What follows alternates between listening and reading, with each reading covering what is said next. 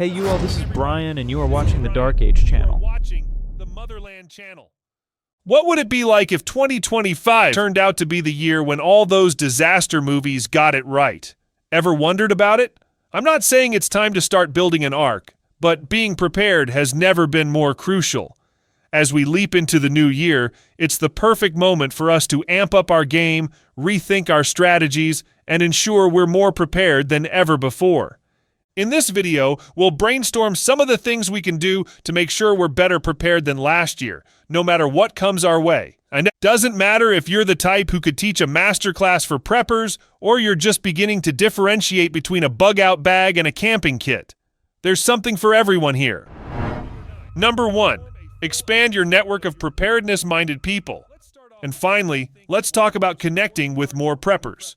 Doing this not just expands your social circle, it also builds a support system for you. These people know why canned goods should be stockpiled or why you should have more flashlights than a hardware store. And it's not just about having buddies to chat with about the latest in survival gear. It's about skill sharing too. Maybe Joe down the street knows a thing or two about solar panels while you're a whiz at water purification. Swap those skills. It's like each of you holds a piece of the survival puzzle. Now, let's talk bartering. In a situation where money's as useful as a screen door on a submarine, having a barter system can be a game changer. Your extra batteries could be worth a few cans of Joe's homegrown green beans. Regularly conducting drills with your network can take your preparedness to the next level. It's one thing to have a plan, it's another to practice it. Simulating emergency scenarios helps everyone fine-tune their response, ensuring that when the time comes, you're all as ready as a pack of scouts. Number 2. Expand your water storage capacity. We all know water is the lifeblood of survival, but let's be honest, how often do we overlook it until our taps run dry? Let's talk about increasing our water storage. It's like saving for a rainy day, except you're preparing for the days when rain might be scarce. You don't need to go crazy and turn your basement into a water park, but having a few extra gallons on hand is a smart move. Think about different containers from large barrels to stackable jugs. Diversify your storage to fit your space and needs. But storing water is only half the battle. You've got to keep it clean too. This is where water purification methods come into play. It's like having a secret weapon against all the nasties that can turn your precious water supply into a hazard. Learn about purification tablets, filters, or even boiling techniques. Each method has its pros and cons, so it's like building a toolkit. The more options you have, the better prepared you are. And remember, it's not just about hoarding water. It's about smart storage. Rotate your supply. Keep it in a cool and dark place, and make sure your containers are up for the job. Number 3. Become more food independent and self-sufficient. Let's be honest, there's nothing quite like the taste of a tomato or an egg that you produced yourself. Starting small is the way to go. You don't need to turn your backyard into a full-blown farm overnight. Begin with a little vegetable garden. It could be a couple of pots on your patio or a small plot in your yard. Plant some herbs, lettuce, tomatoes, easy stuff that grows pretty fast and gives you the confidence to expand. How about adding some fruit trees? Imagine waking up, strolling to your backyard, and picking a fresh apple or peach for breakfast. It's a long-term investment, but boy, is it rewarding. And if you're feeling adventurous, why not try raising chickens? Fresh eggs every morning don't get better than that. Chickens aren't just great for eggs, they're also natural garden helpers, gobbling up pests and providing fertilizer. Don't forget to connect with your local community too. Local farmers and community agriculture programs are treasure troves of knowledge and resources. They can offer advice, seedlings, and maybe even a helping hand. Number 4.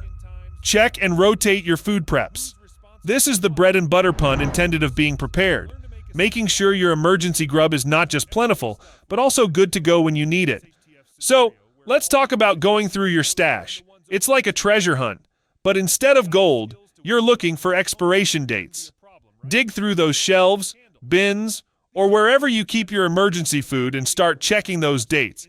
The last thing you want in an emergency is a can of beans that's been hanging out since the last Olympics. Now, what about those items that are about to expire? Don't just toss them, work them into your meal plans. It's a win-win. You reduce waste and get a little practice cooking with your preps. Plus, it's a great excuse to try out new recipes. Who said prepping can't be gourmet? Once you've sorted through everything, it's time to organize. Group items by type and expiration date. This makes it super easy to find what you need, when you need it. And here's the cherry on top: planning well-balanced meals. Sure, you could live on canned peaches and jerky, but let's aim higher. Think about nutrition proteins, carbs, fats, and vitamins. Then, fill in the gaps in your stockpile accordingly. Number 5. Master a new survival skill. Yeah, I'm talking about the kind of skills that could save a life, fill your belly, or just make the apocalypse or a simple power outage a little less daunting. Case in point, giving first aid and performing CPR. These aren't just for lifeguards or EMTs. Imagine being the person who knows what to do when someone's hurt or in trouble. We're talking bandaging wounds, performing CPR, or just keeping cool when everyone else is losing their marbles. It's like being a superhero, but without the cape. Next up, foraging. Yep, it's time to channel your inner Bear Grylls. Learning which plants are safe to eat, which ones can heal you, and which ones to avoid like the plague is not just cool, it's practical. Plus, there's something satisfying about munching on a salad you picked yourself. And how about self-defense? It's not just about throwing punches, it's about staying safe and protecting your loved ones. Whether it's martial arts, basic self-defense moves, or just being more aware of your surroundings, it's all about feeling confident and secure, no matter the situation. Last but not least, food preservation. Canning, drying, and smoking aren't just old-timey hobbies. They're essential skills for keeping your food edible and tasty long after the sell-by date. Number 6. Learn to make essential items. Everyday stuff would be hard to come by in an SHTF scenario where all nearby stores are closed and the ones open are too far away. But if you've got the skills to whip them up right at home, there shouldn't be a problem, right? So, candles. These aren't just for setting a romantic dinner or giving your room that rustic, Instagram-worthy look. Candles are a lifesaver when the power goes out. Learning to make them is a blend of art and science, melting wax, adding wicks, maybe a splash of scent. Plus, homemade candles can be a great bartering item when you need to trade for something else. Next, let's talk about soap. In a world where cleanliness is next to godliness and seriously important for health, knowing how to make your own soap is a game changer. It's all about mixing the right fats and lye, and when you get good at it, you can get creative with scents and shapes. Lastly, toothpaste. It's one of those things we take for granted until we run out. Homemade toothpaste can be as simple as mixing baking soda, salt, and peppermint oil. It keeps those pearly whites clean and your breath fresh. Number 7. Invest in a backup form of communication. If you're in the middle of an emergency and cell towers are down, your smartphone is about as useful as a chocolate teapot. Not the best situation, right? That's where having a solid backup plan for communication comes into play. First up, two-way radios. These bad boys are like the Swiss Army knives of communication. They're reliable, don't rely on cell towers, and can keep you connected with your crew when it matters most. Whether you're coordinating a neighborhood watch during a blackout or just making sure your family is safe and sound, two-way radios are your go-to. But why stop there? Let's talk about satellite phones. These are the superheroes of emergency communication. They work pretty much anywhere on the planet, as long as you've got a clear view of the sky. Sure, they might be a bit pricier, but can you really put a price on peace of mind in a crisis? Now, having these tools is great, but they're only as good as the plan behind them. This means sitting down with your family or your group and laying out a clear, easy-to-understand communication plan for emergencies. Decide on check-in times, backup locations, and who's responsible for what.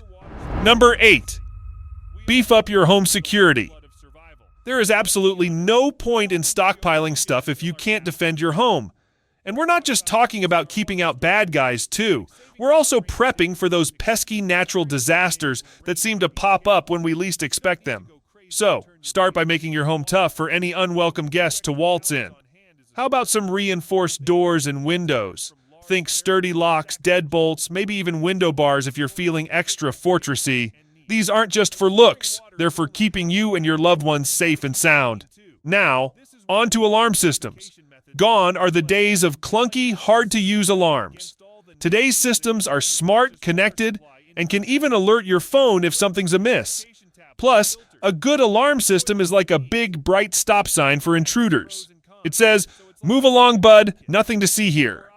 Also, let's touch on strategic landscaping a bit. Keep those bushes trimmed and tidy so there's no place for sneaky folks to hide.